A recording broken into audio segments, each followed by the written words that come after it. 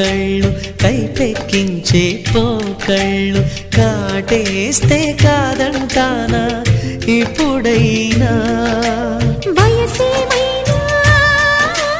సొగసేమైనా మరపించే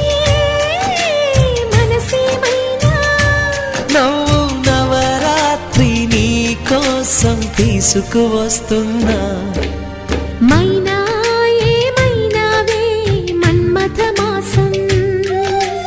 అయినా ఎంతైనా ఇది మెత్తని మోసం